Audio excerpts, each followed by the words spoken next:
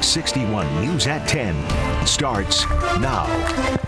Right now at 10, new video tonight shows what happened before a police officer was shot in one Connecticut city. We have the latest details on this case for you. Also, a jury is deciding how much will conspiracy theorist Alex Jones have to pay Sandy Hook families for his years of pushing lies.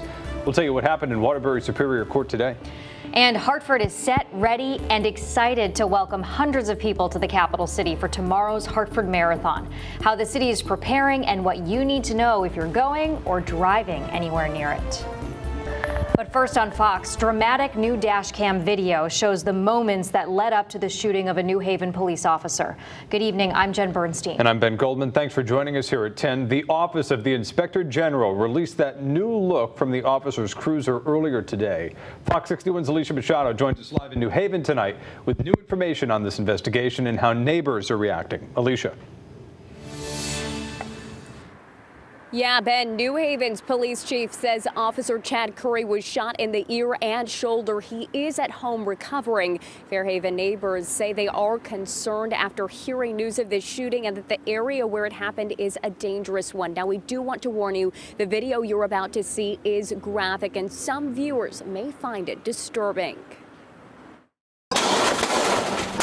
Shots ring out in New Haven's Fairhaven neighborhood early Friday morning.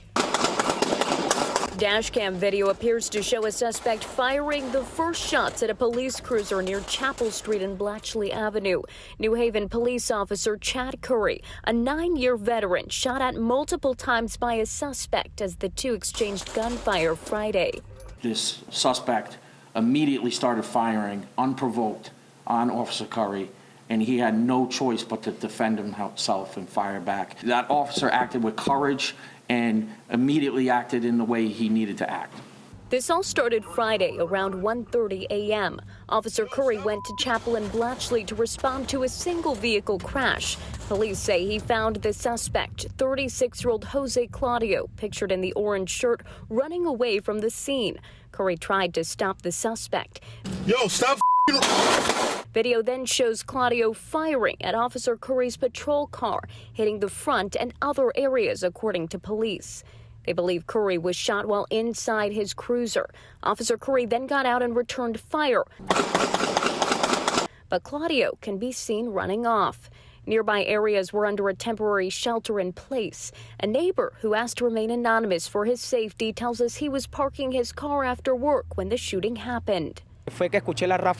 He says, I heard the gunshots and I was going to leave my car, but for my safety, I stayed inside because I feared for my life. He waited until the coast was clear. He says at least in this area, Chapel Street, Blatchley Avenue, James Street, this is a dangerous area. This is not the first time it's happened here. Police say Claudio was later located on Putnam Street in Hartford, where he was taken into custody. We're told Claudio has a history with police, including a previous domestic violence warrant. Officer Curry was treated at the hospital for non-life-threatening injuries and has since been released. An incredibly courageous officer, Officer Curry, put himself at risk significantly to protect the community and himself. After an incident like this, neighbors want more patrols in the Fairhaven section of the city. He says, I don't know if tomorrow I'm walking with my children heading home. It could happen to me or to another innocent person. What I'm asking is, please, we need more police presence in this area where it's dangerous. Now, the Office of the Inspector General is investigating Officer Curry's use of force, as is typical with police-involved shootings. Now, also, we are learning, as for Claudio, he faces charges including assault on a public safety officer and criminal possession of a firearm, among others. He is being held on a $1 million bond and is scheduled to appear in court Tuesday. We'll bring you updates as we get them both on air and online at fox61.com. We're live in New Haven. Alicia Machado Machado, Fox 61 News. All right, Alicia, thank you. And we are following some breaking news down in New London County right now, where police are investigating a rash of armed gas station robberies in half a dozen different communities. We just got some information from Norwich police who tell us that their town was among one of the 6 involved in these robberies. Here's what we know right now. According to Norwich police, someone robbed gas stations in Franklin, Norwich, Waterford, Groton, Stonington, and Ledyard, all one after the other. Police in all of these surrounding communities have given a similar suspect description, so they may all be connected. They believe the suspect is armed with a gun. We're going to bring you any new information as soon as we get it. All right, let's get to the weather watch here this evening. It was gorgeous out today and yesterday, and it's amazing. I was driving tonight. Sure. And I felt like within 30 minutes to an hour range, I felt the temperature go down like, I don't know, 5-10 degrees. It got really cold really quick. That kind of night where you just want to put the windows down in your house because it's so refreshing, that air coming in right now. Yes, temperatures turning sharply colder after a very warm day today. I was in short sleeves earlier today. It was warm, temperatures in the 70s. We even made it up around 80 degrees for Bradley International Airport. A sharp contrast to what's headed this way for tomorrow. Temperatures will be anywhere from 20 to 25 degrees cooler with highs in the upper 50s as we head through the afternoon, similar to the current temperature right now, and it's 10 o'clock at night. 59 in Willimantic, 64 the current temperature for the New Haven area. We've seen increasing clouds, and there is a chance for a shower in spots overnight and as we head towards daybreak. I also think the wind is going to pick up a little bit. We could see wind gusts up to 20 or 25 miles per hour. We're not anticipating, too much wind, but just enough that you might be able to notice it a little bit, especially as we head towards daybreak. Tonight, temperatures tumbling into the 40s and heading into the Hartford Marathon. Any early clouds break for sunshine. It is a breezy and cooler day. By lunchtime, temperatures are in the mid-50s, and we'll see high temperatures climb into the mid to upper 50s as we head through the afternoon. It's cool but beautiful on Sunday as well, and that's the thing about this weekend. A great fall weekend ahead, but again, a big difference from what we've been dealing with the last couple of days. Where do we go from here? Your full forecast coming up. All right, Rachel, thank you. Well, new at 10 tonight, police have arrested a West Hartford man accused of having a ghost gun and selling drugs. 54-year-old Byron Jones turned himself into police on an active warrant yesterday. He's facing 2 weapons charges in West Hartford after police there say that they seized a 9mm ghost gun without a serial number, along with $100,000 in cash. He's also facing 4 drug-related charges in Hartford. He's now being held on an $800,000 bond. Well, tense moments at Hartford's Weaver High School. The students in police custody after they investigated 2 guns found inside of the building. Police say another student told security about the guns at around 11:30 this morning. The school went into a lockdown as officers searched the building, but no other guns were found. Students were released by classroom after the lockdown was lifted. They need to do something. It's down. Like, people was just in the classroom going crazy, and I was like, guys, just try to keep calm, because you never know what could happen. But I didn't think I was gonna make it out, honestly, because of how many hours we was in there, Well, police are investigating to see if any other students were involved bringing the guns to school. Well, new tonight, jurors met for their first full day of deliberations in the defamation trial of conspiracy theorist Alex Jones. The jury hasn't yet decided how much he'll have to pay families of Sandy Hook victims. But Fox 61's Gabby Molina tells us what did happen in Waterbury Superior Court today as that jury deliberated. While a verdict was not reached, jurors did ask some questions and clarification as they continued their deliberations.